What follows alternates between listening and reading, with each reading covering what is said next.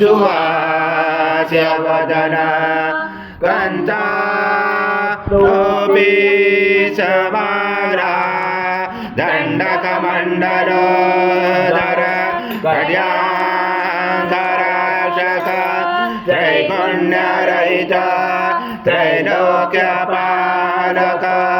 विश्वनायक भद्रवत्सल कलियुगे श्री स्वामी समर्थावतार धारक पाहि मां ब्रह्मानन्दं परमसुखदं केवलं ज्ञानमूर्ति द्वन्द्वातीतं गगनसदृशं तद्वमस्यादिलक्ष्यम् एकं नित्यं विमलमचलं सर्वदी साक्षिभूतं भावातीतं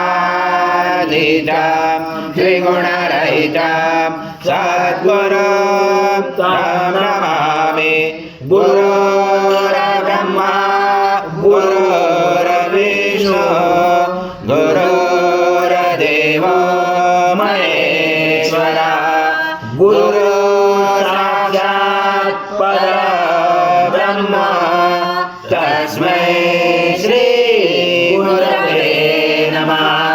हरि ओम सहस्रशीर्षा पुरुषा सहस्राक्षर आज्यं यज्ञे प्रतिष्ठम् आज्यं पवित्रं परमं स्नानादते प्रगृह्यात् श्री सद्गुरु स्वामी समर्थ महाराज देवताभ्यो नमः। घृतस्नानं समर्पयामि घृतस्नानान्तरेण शुद्धोदकस्नानं समर्पयामि सकलपूजाते सर्वोपचाराते गन्धपुष्पं समर्पयामि शेषोपचाराते प्रार्थना पूर्वक नमस्कारं करोमि।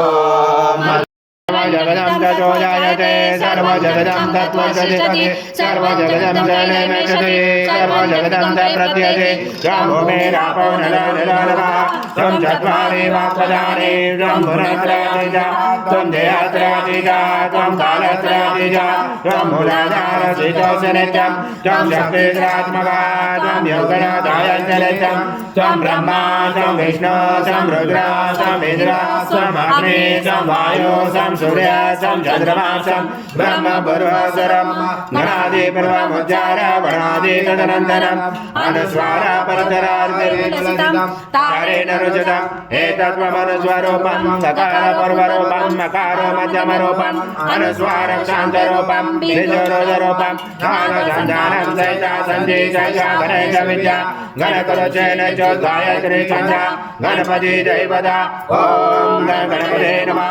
एकदन्ताय विद्महे वक्रतुण्डाय धीमहि तन्नो दन्ती प्रचोदयात् एकदन्तं चतुर्हस्तं पाशमं कुशधारिणं हृदं समर्दं यस्य बिभ्राणं मुषकदशं रक्तं लम्बोदरम् ॐ पूर्णब्रह्माय विद्महे परमांसाय धीमहि तन्नं स्वामी प्रचोदयात्। श्री सद्गुरु स्वामी समर्थ महाराज देवताभ्यो नमः। मंत्रपुष्पाञ्जलि समर्पयामि। समर्थ महाराज देवताभ्यो नमः।